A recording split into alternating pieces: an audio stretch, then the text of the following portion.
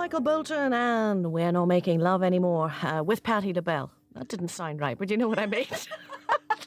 It's this woman, she's my head turned and she's only here. May I introduce to you folks this afternoon a lady we saw on television very recently with Jerry Kelly.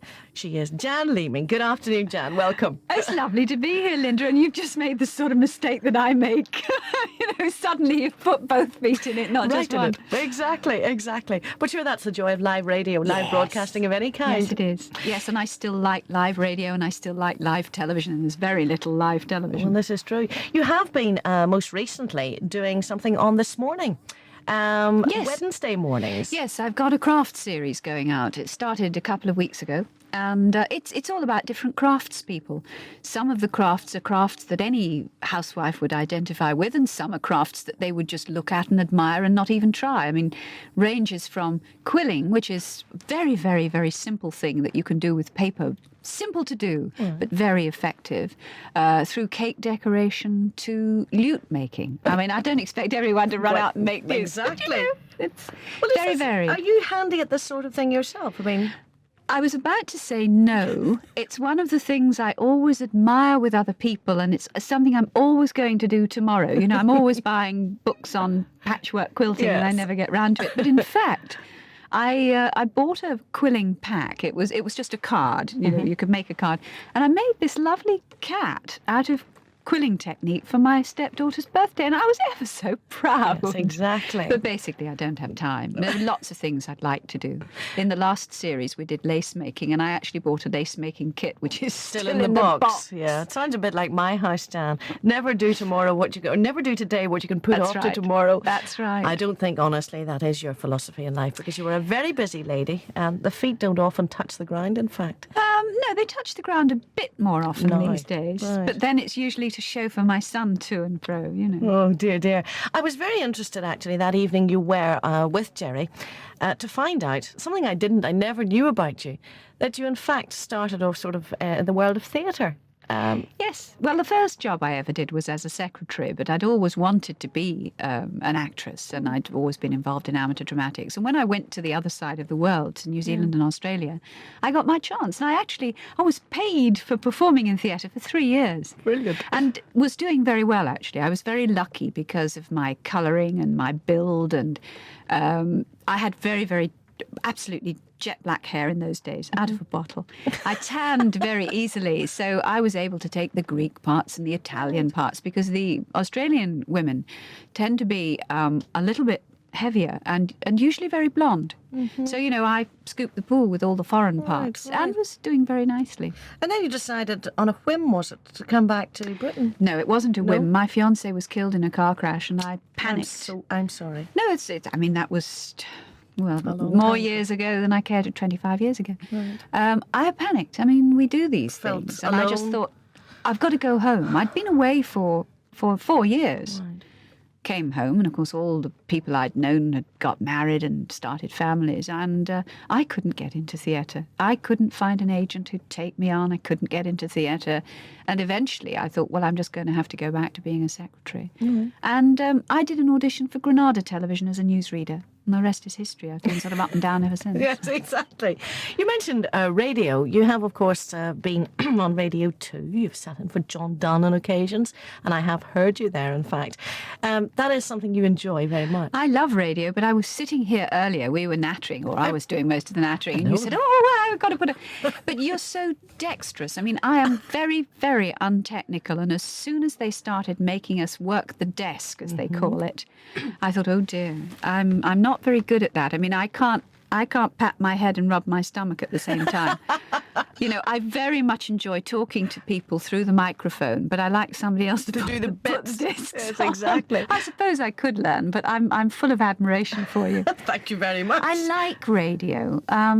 It's a very intimate medium. And when I was in Radio 2 doing Night Ride, which was the nighttime program, you felt you were a friend to a lot of people. You know, a lot of people who couldn't sleep. They were ill, insomniacs, truck drivers, shift workers, and they really take to you. You become a friend. Does it? It sometimes worries me, the responsibility that also brings with it. Yes. Because people will write, and you are their friend. You're their only link to the outside world, as it were. And I sometimes get frightened of that responsibility. Would that ever have occurred to you? Yes, it did happen on a couple of occasions with people who used to write, and as often as I could, I wrote back. Yeah. And then you'd find that the letters were coming too frequently. Yes, I mean, I to be simply able did to not write. have time. And I would perhaps reply once a month and say, I'm so sorry, but I can only, And then one or two of them got rather abusive. It was as if I had let them down. But with the best will in the world, I couldn't cope with it.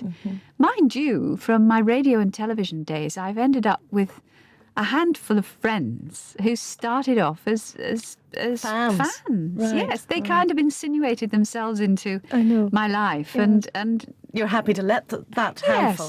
Yes. I mean, there are a couple, and I just write and tell them what Jonathan's doing. And I write around Robin because I don't have time to write to my own family, let alone write to. But I just write around Robin to them every now and again. And if they accept that I can only write once or twice a year, and perhaps they're writing to me on a monthly basis, that's fine. Well, if it suits both parties, Yes. why not? Why not at the end of the day? When you left TV, left the news reading, was that something that you thought about long and hard? Or what? No, it was a combination of things. I was by then getting a little tired of working weekends. I'd done 5 years of weekends, and Jonathan was by then going to school. Right. When he wasn't at school, that was fine because I had days off during the week. Right. But I was away at weekends, and whatever you like to say, the weekend is the social time. And if you're not around at weekends, you have no social life. So my poor Eric was at home at weekends. I would dearly love to have got back into the system I'd been in before, where we all did everything. There was also a move to use journalists, heavy-hand journalists, to read the news. And that was something I couldn't fight against. I think it's sad because two really of the best newsreaders that I can think of were Richard Baker and Kenneth Kendall. Now, they were not journalists, but does that preclude them from being good purveyors of the news? Exactly. Because I actually, and perhaps I have my own particular axe to grind, I actually feel it is a presentation job. I'm not a fool. I know what's going on in the world. Do I have to, write it as well? Yes, exactly. Anyway, it's just one of those things, and it happened. So it was a... Does that mean you're not a member of the NUJ? I was a member of the NUJ, but as a freelance, it was useless. And actually, I do not like unions. And being a freelance, you only have strength from power of numbers. So as a freelance, on one or two occasions when I needed help with a contract, they did not give it to me. I also disliked the way they were going politically. So I voted with my feet and left. Had I not left, I think probably they would have fought for me. So, 6 of one, half a dozen. But I don't like unions. I think the days when the unions were very necessary are virtually gone. Yes, they did the job which they set out to do, and then it seemed to all turn the other way. They were absolutely necessary when people were being exploited, but I think it's a sweeping statement because obviously I don't understand and don't know about all the unions, but in many ways I think it has held us back, and we are not as far advanced as other European countries because we have been held back by restrictive practices. And it's like the Industrial Revolution, which initially put people out of work, and then it created work. Right, yes, exactly. I must say I feel the same way as you because we have, you say it's a presentation job. My very first job in television was as a continuity announcer many years ago. That was called a presentation job. Then we started to be asked to write scripts and all this sort of thing. And I thought, heavens above, I'm not trained to do this, but I'll have a go anyway. And then it all went totally round and about. Well, I've written books, I've written scripts. I did a series on the National Trust 3 years ago, and I wrote those scripts. So, why am I not I can write, possibly better than some other people. But no, there was just this move, and I suppose really the time had come, and we parted company. I'm not sorry. I mean, the way the news has gone now, I don't think I would have had a place in it. I mean, if somebody asked me to...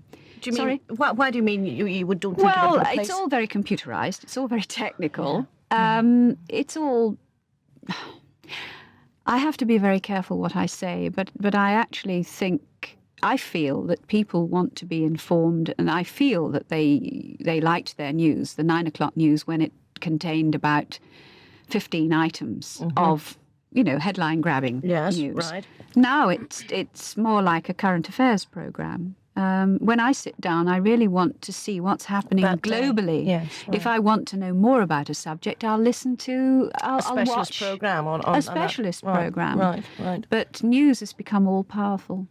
Yes, very much so. And I'm afraid people reach saturation point.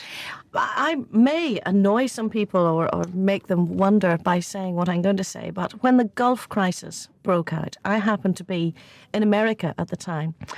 And I was fascinated for the first 12 hours by what was going on. The next 12 hours, I started to feel, is there nothing else happening in the world? And I thought, this is just America. I came home 3 days into the war, and it was exactly the same here. And it went on and on and on. All night television, all the rest of it. Well, like you, and maybe I will face criticism for it, I began to feel that it was being handled like a soap opera. So, exactly. I really did. I just think that so much was being made into this soap opera format. And talking about speculation. Yes, all this wretched speculation. Yeah. I actually heard one journalist ask somebody what they thought Saddam Hussein was thinking. And I mean, if anybody had known what he was thinking, possibly we wouldn't have had the situation we had anyway. Exactly. No, I did feel it was a bit overdone. Absolutely overdone.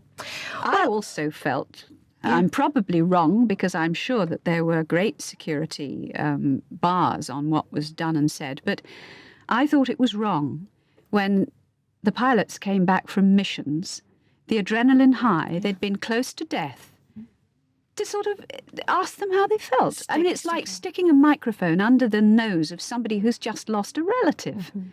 I'm sorry, I do not like that kind of journalism, and I don't think a vast proportion of the public like it either.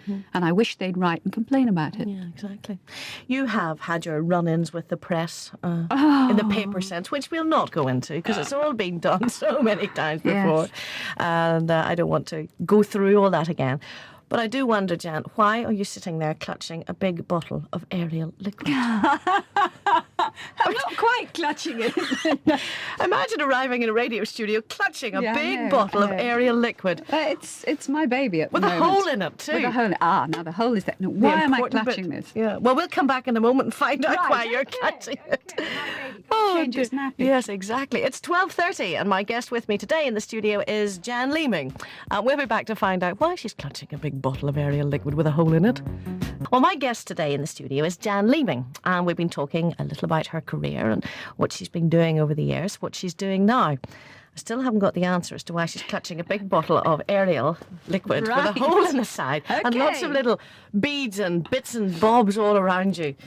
What's it all about, Jan? Well, this is Environment Week anyway. Right. Ariel liquid is manufactured by Procter & Gamble. Right. Who make lots of other household detergents and things. They have had an environmental policy for many, many years. Good. And they have finally come up with a process of recycling plastic.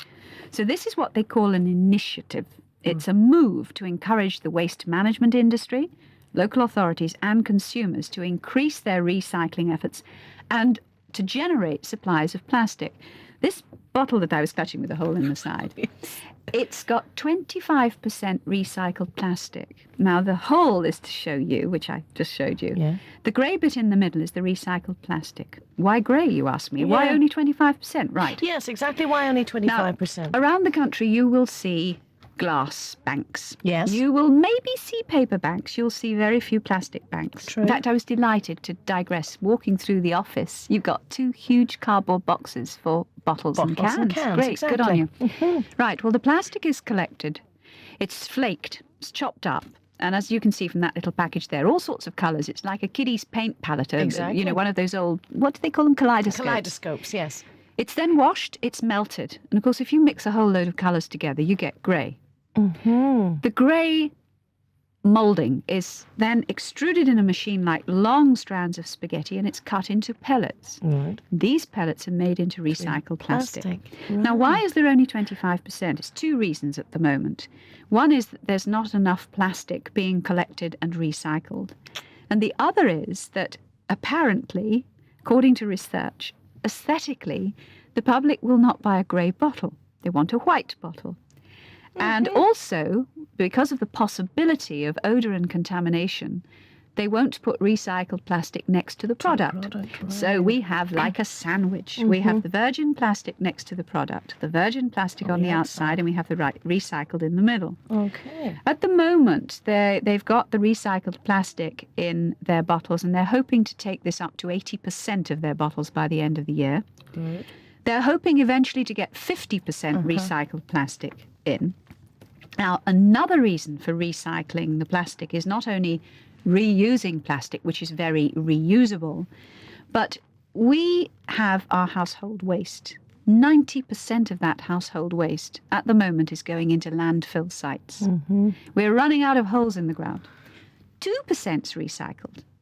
8% is incinerated. I mean, we simply cannot go filling up these holes with all our waste. Rubbish. Yes, exactly. The world produces 90 million tonnes of plastic a year. Right. In this country, we produce 18 million tonnes of plastic a year. And in that, there are millions and millions and millions and millions of plastic bottles. And at the moment, there aren't many recycling schemes. Yeah. Procter & Gamble not only have done this bit. Yes, right. They haven't patented the technology. It's available to any other plastic manufacturers. In other words, they're not keeping it to themselves. It's openly available. Right. But it can't stop there because there's not enough plastic being recycled. They also subscribe to a European recycling scheme called ERA. Yes, you've heard of it? I was reading about ERA, yes. European Recovery and Recycling Association. Now, that is European manufacturers, over 20 of them, large manufacturers. There's Procter & Gamble, L'Oreal, Coca-Cola, Nestle, British Steel. And they're all in this to fund, to help feasibility studies, everything to do with recycling. And one of the things that the money has gone to at the moment are 2 recycling trucks, one in Sheffield and one in Shoreham in West Sussex. These trucks are very expensive. And what they're looking at is curbside collection. Excellent. To make it easier. It's done in Canada. Yeah, it's been done for years and it works. What they would basically do is give you a box, a large box like many children have for keeping their toys in. At the moment they're blue, could be any colour. And you put your household recyclables, your glass, your paper, your cans, and your plastic into this box, and it's collected. Excellent. On the curbside, the refuse collector puts it into the various partitions of the vehicle, and it then goes back to base, and everything goes to the right place. Excellent. The lorries are £100,000. They are expensive. Well, so at the moment, who everybody pays for them at the moment. The money from at the moment it's been two. partially funded by ERA, Right. which is this European recycling, Yes. and partially by the council. And I am presuming that other councils without as much money are waiting to see what happens. Right. But you see, the government is going to pass legislation. They want, by the year 2000, 50% of recyclable household waste recycled. Now, of household waste, 50% is recyclable. The other 50% isn't. Right. So basically, they're asking for 25% of the whole of our household waste. And then you get Mrs. O'Malley saying, well, how do I help? Yes. She helps by recycling her recyclables. She takes her glass to the bottle bank. If there's a paper bank, she takes that. And if there isn't a plastic bank, she kind of gently does something about it. Right. It's growing. It's a growing movement. But of course, the capital outlay was enormous. The plant has to be set up. But they haven't got enough plastic at the moment. It's there. Yes, but it's not all collected. yes, exactly. It's all being thrown in with all the other stuff at the moment. And this bottle, of course, has the green label, pioneered recycled plastic, and it explains Everything on the back, yes. to the consumer what's happening and how it's being recycled. These bottles... Are they in the shops yet, these bottles? Yes, they're on the shelves at the moment. The recycled plastic in this at the moment is coming from Sheffield and from the continent, Right. because we haven't got enough Here. ourselves. Right. So it's gently, we're moving in that direction. Has the whole organisation got together and actually approached local councils? I mean, there's 2 councils who have taken up this offer already. Is there a talk going on between ERA, for example, and the local councils? Do you know if any moves have been made here, for example, in Northern Ireland? I don't know, but I mean, the fact that I'm here is a start. Yeah, well, exactly, yes. It's a start. I am, and it is only a presumption, that obviously ERA is trying to do its best for everybody. I can only assume that obviously, as I said, some councils have less money, and as is always, they're waiting for the giants to prove the process. Right, yes. And with anything, unit production costs come down as more and are more. being produced. Now, Exactly. these vehicles have proven their worth in Canada. They prove their worth here, then obviously more will be ordered, more will be used, and over the years, hopefully, it will become as regular a thing as seeing the refuse collector weekly. Exactly. Do you have, where you live, do you have bottle banks or anything near you? Yes, we have bottle banks in our car parks In the and in the supermarket? supermarket. Yes. What's been interesting is that they've been there. I'm just trying to think how long I've lived in the area. I've lived there 8 years. These bottle banks appeared about 3 years ago. Right. And these days, when I take my bottles, they are crammed to the gunnels. I mean, they need to be emptied more often. Now there are more bottle banks. They've been set up in the last few months in the local supermarket car park. That's just 2 car parks in my local. It's not even, I mean, they call it a town, but it's very small in Buckinghamshire. Right. Milton Keynes. The dreaded Milton Well, it may Keynes. be dreaded, but my goodness, they've got it right. They have all 3 collections and they have got a very positive policy towards recycling. I mean, maybe, I don't know, because it was new, a new town, and of course they've got wider streets and it's been planned. I just don't know. I mean, in some instances, you think of the little old towns, these vehicles wouldn't get through, so you have to think of other methods of recycling. But I very often go down to Bristol. I've got a lot of friends down there, and I lived and worked down there for many years. I was there the other day, and I noticed they'd got all 3. They'd got the bottle, the paper, and the plastic in their car parks. We're quite well off, actually, in this area for bottle banks, and indeed there are 2 recycling plants in Northern Ireland which work very well and work very hard. We sort of do the aluminium and all that sort of stuff. So it's something, a little start, a little beginning, and it's bound to get bigger and be more widespread, obviously, as more people And become of course, aware. There are savings. Leeds has a system which has been running since the late 70s called SWAP, Save, Waste and Prosper. Right. And that money goes back into local amenities, refuse collection. So I was going to say the dreaded word poll tax or rates, whatever you like to call it, is affected. Did you pay your poll tax bill when it came? I did. I think it was a dog's dinner, the whole thing.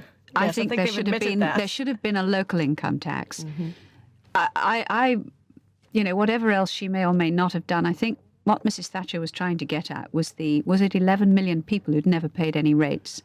I think that's unjust. If you are a working adult and you are using the amenities, the hospital, the roads, the fire service, and everything we get in the rates, you should be contributing to it, because it's left the rest of us with very high rates bills for those who didn't pay. And of course, it was those who never paid anyway who said they weren't going to pay again. They weren't going to pay. And it's left I think this new one is little better. It's going to put the burden again on householders, so that you're still going to get the houses with 6 working adults who are not paying. A local income tax would have taxed everybody at source according to their means. So if you were earning so little you didn't pay tax, then you don't pay. It's one's ability to pay. I'm quite prepared to pay more if I'm earning more, but I want that money to go in the right direction. I want that money to go to the old people and the sick and better amenities. I'm not prepared to support people who can't get off their backsides. Yes, exactly. We've digressed. We have, rather. You and I have got an awful lot in common. I think we could keep going here, Jan, for quite some time. It's a pity talk doesn't put the world to rights, isn't it? Yeah, you're right. We're trying that here too at the moment. It's not getting very far. But anyway, that's another story. The very fact that you're sitting here today talking about Procter & Gamble, about recycling plastic. I mean, it's unusual to find a celebrity coming in who actually knows what they're talking about instead of just fronting a campaign. I must say I'm very impressed because you actually understand what you're talking about. Well, instead of just putting your name, your face to something. Well, I wouldn't and I couldn't, Lynda. I mean, it's more than my reputation is worth to put my name to something that I don't believe in. I have to earn a living. You know, there's very little television around these days for women who are past their sell-by date. But last year when I was approached to do a Lenore, a similar thing for Lenore, for Procter & Gamble, I asked if I could have all the information, you know, right back before I would commit myself. And I must admit, the survey that they came up with for me, which they commissioned and they paid for, with all these facts and figures, was very impressive. And I do actually believe, all right, you know, they make very large profits, but they do put a lot back into the community and have been doing as far back as the 40s. Yeah, before green was, yes, I mean, I wasn't even alive when Oxydol was around. I've never even heard of it. But apparently in the 40s, they, on the packet, just like now they're saying recycle your plastic, they said, you know, put this out for the salvage collector because it was cardboard and it could be, well, I suppose they recycled or whatever they did with it. Yeah, exactly. That was in the 40s. In the 60s, before it was legislation, before it became law, they had biodegradable detergents. In the 80s, they were trying to use less energy to produce more. So they were cutting down on natural resources. 90s, it's this recycling. I take my hat off to them. I really do. As I say, it's nice instead of just having someone coming in here and there's always some PR man in tow, you know, handing bits of information to the celebrity and you wonder, like, why did they bother? Why didn't they just give me the bits of paper? I could have read them just as well. I mean, there was an awful lot to, you know, I didn't want to sort of, I think if you give too many facts and figures, the public go away. They can't take them all in. Yes.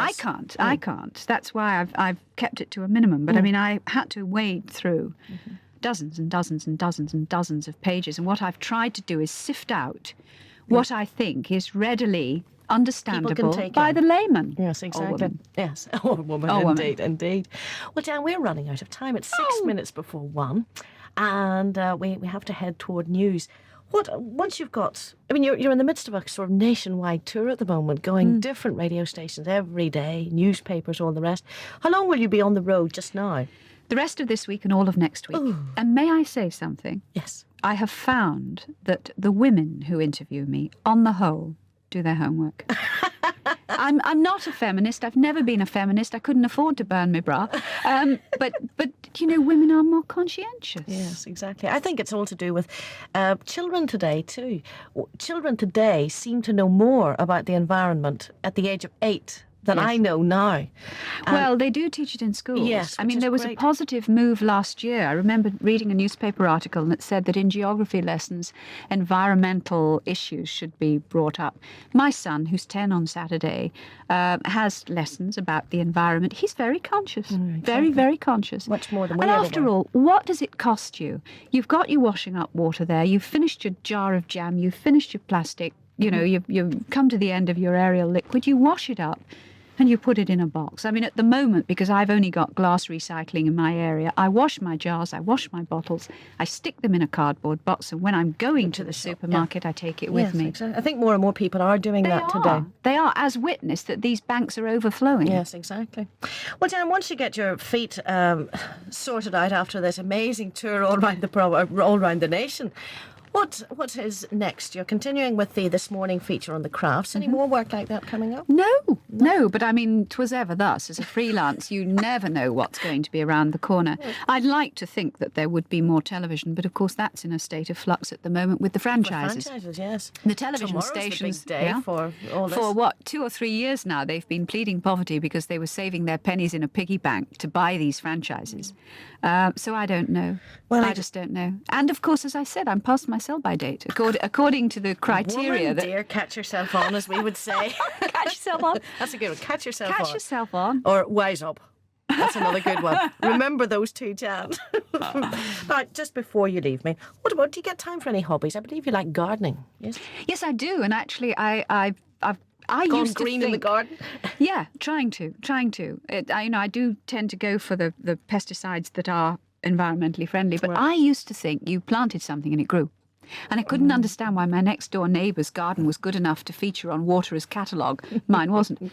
Oh, my goodness, it's time consuming. And unfortunately, Eric, my husband, couldn't care less about the garden. He is at least honest enough when people admire it to say, well, Jan does all the work. But I can't do the spade work. I mean, I do have somebody to help me with that. The heavy stuff. But I go down to the garden centre and Jonathan says, oh, Mummy, do leave your purse behind because I spend so much.